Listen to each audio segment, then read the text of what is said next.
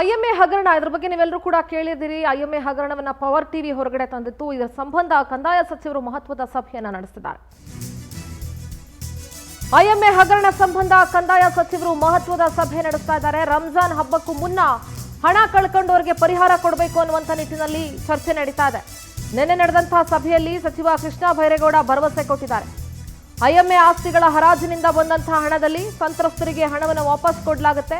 3213.58 ಕೋಟಿ ವಂಚನೆ ಹಣ ಕಳ್ಕೊಂಡ ಎಲ್ಲ ಠೇವಣಿದಾರರಿಗೂ ಕೂಡ ಹಣ ಸಿಗುತ್ತೆ. ರಂಜಾನ್ ಹಬ್ಬಕ್ಕೂ ಮುನ್ನ ಹಣ ಕಳ್ಕೊಂಡವರಿಗೆ ಪರಿಹಾರವನ್ನ ನೀಡಲಾಗುತ್ತೆ. ಐಎಂಎ ಆಸ್ತಿ ಹರಾಜಿಗೆ ರಾಜ್ಯ ಸರ್ಕಾರ ಮುಂದಾಗಿದೆ. ಐಎಂಎ ಆಸ್ತಿಗಳ ಹರಾಜಿನಿಂದ ಬಂದಂತ ಹಣವನ್ನ ಸಂತ್ರಸ್ತರಿಗೆ ನೀಡಲಾಗುತ್ತೆ.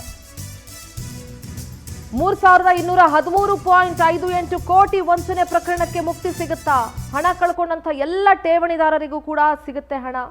ಪರಿಹಾರ ಒದಗಿಸುವುದಕ್ಕೆ ಸೂಕ್ತ ಕ್ರಮ ಅಂತ ಸಚಿವರು ಭರವಸೆಯನ್ನ ಕೊಟ್ಟಿದ್ದಾರೆ. ಐಎಂಎ ಹಗರಣವನ್ನ ಬಯಲು ಮಾಡಿದ್ದೆ ನಿಮ್ಮ ಪವರ್ ಟಿವಿ. ಹಗರಣದ ಮೊತ್ತ ಎಷ್ಟು ಆಸ್ತಿ ಮುಟ್ಟುಗೋಲು ಹಾಕೊಳ್ಳಾಗುತ್ತೆ, 7 ವರ್ಷದಲ್ಲಿ ಎಷ್ಟು ಜನ ಹಣವನ್ನ ಹೂಡಿಕೆ ಮಾಡಿದ್ದಾರೆ, ಜನರಿಗೆ ಎಷ್ಟು ಪ್ರಮಾಣದಲ್ಲಿ ಹಣವನ್ನ ವಾಪಸ್ ಕೊಡಲಾಗುತ್ತೆ, ಉಳಿದಂಥ ಸಂತ್ರಸ್ತರಿಗೆ ಯಾವಾಗ ಹೇಗೆ ಹಣವನ್ನ ಹಿಂತಿರುಗಿಸಬೇಕು, ಎಲ್ಲದರ ಕುರಿತಂತೆ ಕೂಡ ಕಂದಾಯ ಸಚಿವ ಕೃಷ್ಣ ಬೈರೇಗೌಡ ಅವರ ನೇತೃತ್ವದಲ್ಲಿ ಮಹತ್ವದ ಸಭೆಯನ್ನ ನಡೆಸಲಾಗಿದೆ.